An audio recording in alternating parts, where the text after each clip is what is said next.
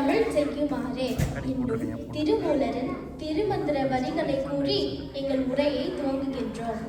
அவையில் கூடியிருக்கும் அனைவருக்கும் எங்கள் பணிவான வணக்கங்களை சமர்ப்பித்து இன்றைய கருத்தரங்கில் மாலும் மருகனும் என்ற தலைப்பில் பேச விளைகிறோம். தமிழ் மண்ணில் தொன்மையான வழிபாட்டு மரபில் திருமாலும் முருகனும் தனித்துவமான இடம் பெறுகின்றனர். தமிழர்கள் நிலத்தை முதன்மையாக கொண்டு திணை சார்ந்த வாழ்வியலை வகுத்து அதில் ஒவ்வொரு திணைக்கும் முதற்பொருள், கருப்பொருள், உரிப்பொருள் என்று 3 கூறுகளின் கீழ் வகைப்படுத்தியுள்ளனர். முதற்பொருள் என்பது அந்த திணைக்குரிய நிலம் மற்றும் காலத்தை குறிப்பிடுவது. கருப்பொருள் என்பது அந்த நிலத்தின் தெய்வம், மக்கள், உணவு, விலங்கு, பறவை, தொழில், இசைக்கருவி போன்றவற்றை குறிப்பிடுவதாகும். உரிப்பொருள் என்பது அந்த நிலத்திற்குரிய அக வாழ்க்கையை குறிப்பிடுவதாகும். பண்டைய தமிழர்கள் இயற்கையோடு இணைந்து வாழ்ந்ததற்கும் அக வாழ்க்கையை ஒழுங்குபடுத்தியதற்கும் 5 பகுப்புகள் சிறந்த சான்றாகும்.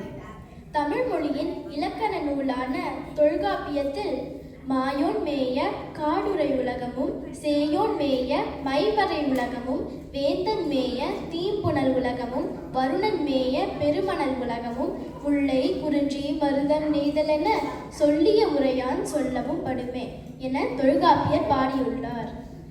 மாயோன் என குறிப்பிடுவது இங்கே யாரு?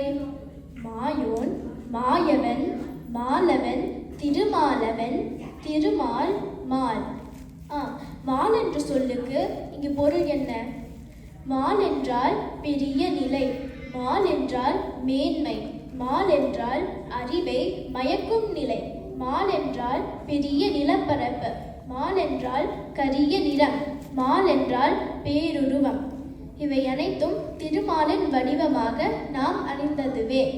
காடும் காடு சார்ந்த நிலமான முல்லை நிலத்து கடவுளாக திருமால் கொண்டாடப்படுகிறார். சேயோன் என்பது தமிழர் வகுத்த 5 திணைகளில் முருகப்பெருமானை குறிக்கும். சேயோன் சிவந்தவன், செம்மேனியன், அழகன், முருகன் என்று பொருள்படும். சங்க காலம் முதல் பக்தி காலம் வரையிலான தமிழ் இலக்கியங்கள் இவ்விரு கடவுள்களின் பெருமைகளையும் அவர் தம் இருப்பிடங்களையும் அவர்களை வழிபட்ட மக்களின் வாழ்வியலையும் விரிவாக பதிவு செய்துள்ளனர். முருகன் குறிஞ்சி நில தலைவனாகவும் தமிழ் கடவுளாகவும் போற்றப்படுகிறார். திருமால் முல்லை நிலத்தின் தலைவனாகவும் கடவுளாகவும் போற்றப்படுகிறார். சங்க காலம், சங்க மருவிய காலம் மற்றும் பக்தி காலத்தில் பல புலவர்களால் பாடப்பட்டவற்றுள் சிலவற்றை இப்போது பார்ப்போம். 10 பாட்டில் முதன்மையான நூலான திருமுருகாற்றுப்படையில் நக்கீரர் முருகனது 6 படை வீடுகளையும் 6 முகங்களையும் 12 கரங்கள், வேல், மயில் வாகனம் ஆகியவற்றை விரிவாக பாடியுள்ளார். 6 முகங்களின் இயல்புகளை குறிக்கும் வரிகளாக ஐவேறு உருவின் செய்வினை முற்றிய முடியோடு விளங்கிய முரண்மிகு திருமணி மின்னுரல் இமைப்பின் சென்னி பெற்ப என நக்கீரர் பாடியுள்ளார். இந்த பாடலின் பொருள், முருகன் மணிமுடி சூடிக்கொண்டிருந்தார். அதில் 5 முகப்பட்டை தீட்டிய திருமணி பதிக்கப்பட்டிருந்தது. பொன்முடியில் நீல நிற மணியின் ஒளி முரணி இருந்தது. அது முருகனின் தலைக்கு பொலிவை தந்தது. 8 தொகை நூல்களில் ஒன்றான பரிபாடலில் காய் கடவுள், சேயை செவ்வேல், சால்வ, தலைவ என பேயே விழவினுள் வேலவன் ஏத்தும் வெறியும் உழவே அவை வாயுமல்ல பொய்யுமல்ல, நீயே வரம்பெற்று உலகம் ஆதலின் சிறப்போய் சிறப்பின்றி பெயர்க்குவே, சிறப்பினுள் உயர் பாகலும் பிறப்பினுள் இழி பாகலும் ஏனோர் நின் வளத்தினதே. இந்த பாடலில் ஊழி காலத்தில் அனைத்தையும் அழித்து தானே நிற்கும் கடவுளாகிய சிவபெருமானின் குமாரனே, செம்மை நிறத்தோடு இருப்பவனே, சிறந்த தலைவனே என முதல் ஈரடியில் போற்றி, பின்னர் எல்லையற்று விளங்கும் இந்த உலகில் அண்டத்தில் அனைத்தும் நீயே எனவும் நல்வினை தீவினை என்பதெல்லாம் உன்னுடைய ஆணைக்கேற்ப அவற்றை மனிதர்கள் அடைகின்றனர் எனவும் ஆதலின் அனைத்து பெருமையும் முருகனுக்கே என பாடியுள்ளார். இளங்கோவடிகள் சிலப்பதிகாரத்தில் வஞ்சி காண்டத்தில் உளங்கோல் துறா இல்லாமல் ஒழுகு செங்குட்டுவர்க்கு ஓர் துணையாம் இளங்கோவடிகள் இயற்றிய காப்பிய தேவ அமுதம் கொழுங்கோல் மது என கூறி வேல் செங்கோடு வேல் குமரன் நமர் வளங்கோல் நிடாத செங்கோடு வளர் கொங்கு மண்டலமே என பாடியுள்ளார். அதன் பொருள், நீதி தவறாத சேரன் செங்குட்டுவர்க்கு துணையாக விளங்கிய அவரின் சகோதரன் இளங்கோவடிகள் இயற்றிய காப்பியம் சிலப்பதிகாரம். அது தேவர்களின் அமுதம் போன்றது என புகழப்படும். திருச்செங்கோடு என்னும் மலையில் வேல் ஏந்திய முருகப்பெருமான் வீற்றிருக்கின்ற இடம் வளமை குறையாமல் சிறந்து வளரும் கொங்கு நாடாகும்.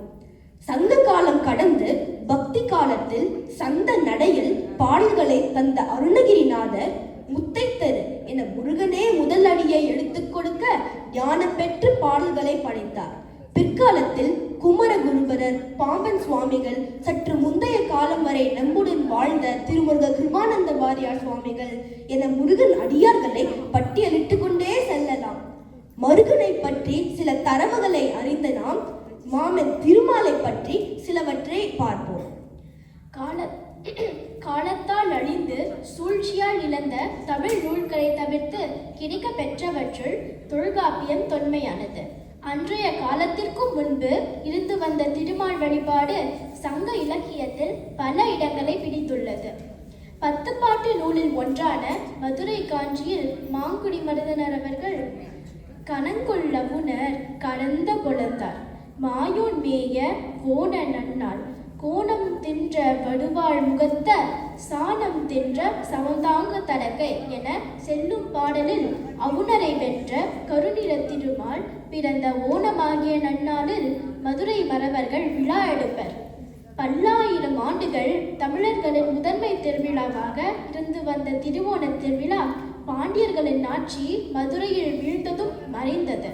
பின்னர் சேர நாடாக விளங்கிய இன்றைய கேரளத்திற்கு சென்ற பாண்டிய குல தோன்றல்களின் ஆட்சியின் வழியே இன்றைய கேரள மக்களிடம் சிறப்பினை பெற்றுள்ளது. ஓணம் என்றால் நீராட்டு விழா என பொருள்படும்.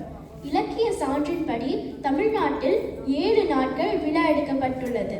விழாவின் இறுதி நாளில் திருமாலுக்கு நதியில் நன்னீராட்டு செய்யப்படும்.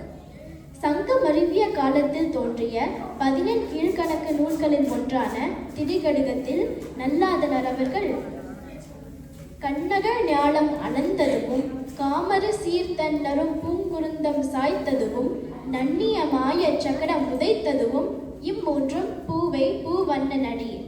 திருமால் வாமன அவதாரத்தில் தனது ஓரடியில் உலகளந்த பெருமாளாக இந்த உலகத்தை அளந்து மாபலி அரசனுக்கு அருளினார். கண்ணனாக அவதரித்த போது குழந்தை குறும்பாக பல அற்புதங்களை செய்தார். அருளல், அழித்தல், காத்தல் என முத்தொழிலை நிகழ்த்திய திருமாலின் நடிகளை வணங்கினால் அனைத்து தீமைகளும் விலகும் என்று நல்லாதனார் கூறியுள்ளார். பக்தி காலத்தில் வாழ்ந்த கோதை நாச்சியார் என்னும் ஆண்டாள் அருளிய திருப்பாவையில் மெஞ்ஞானத்தோடு விஞ்ஞானத்தையும் இயற்கையையும் தனது பாடலில் புகுத்தியுள்ளார். அது என்ன பாடல் என்று சொல்ல முடியுமா?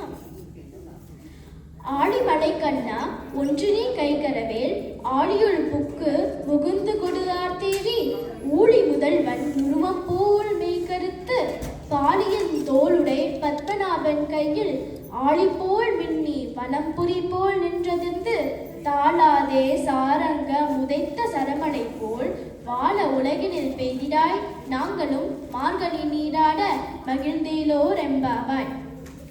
திருப்பார்கடலில் பள்ளி கொண்ட திருமாலை உருவகம் செய்யும் போது மலைக்கண்ணா என கூறியுள்ளார். மால் என்றால் கருமை என்று பார்த்தோம் அல்லவா?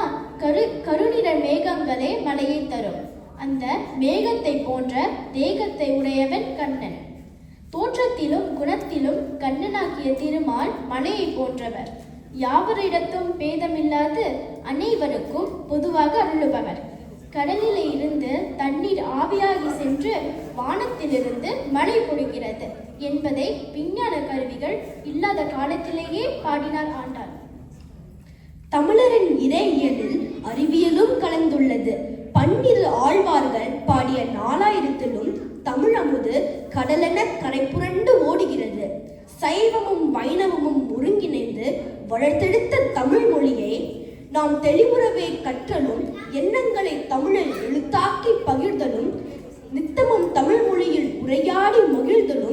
நாம் தமிழ் மொழிக்கு ஆற்றும் கடமை என பயணிப்போம்.